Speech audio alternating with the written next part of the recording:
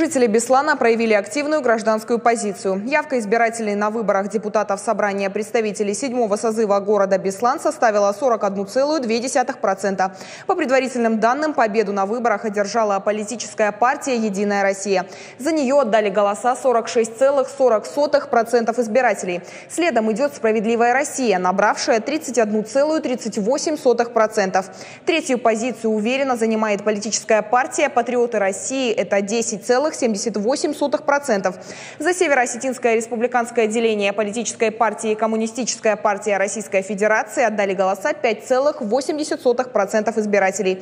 Политическая партия «Родина» набирает 1,62%. и ЛДПР – 1,13%. В Беслане работали 15 избирательных участков. Все они были оснащены техникой, предназначенной для видеофиксации, и техническими средствами подсчета голосов.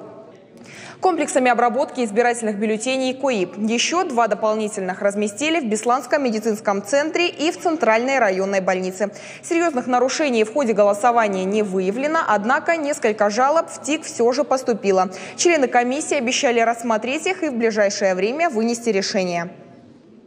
Вчера нами были розданы участковым избирательным комиссиям списки, которые нам предоставили с заявлениями медцентр и правобережная больница.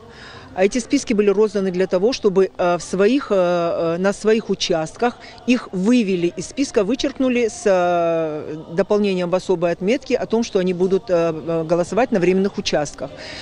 И в связи с тем, что она проголосовала, некая Дамзова, досрочно, получилось, что она сегодня на участке у себя пришла, проголосовала вторично. Административное нарушение. Сейчас комиссия будет выносить.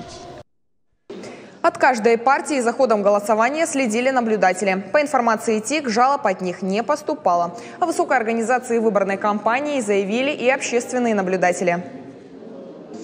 Выборы, в общем-то, наверное, прошли удовлетворительно вполне, потому что я прошелся по участкам, 5-й, 8-й школе был, в 3-й школе был, опрашивал и участников непосредственно выборов, граждан, потом я разговаривал и с сотрудниками органов полиции, с администрацией избирательных участков. В общем-то, нареканий ни у кого не было.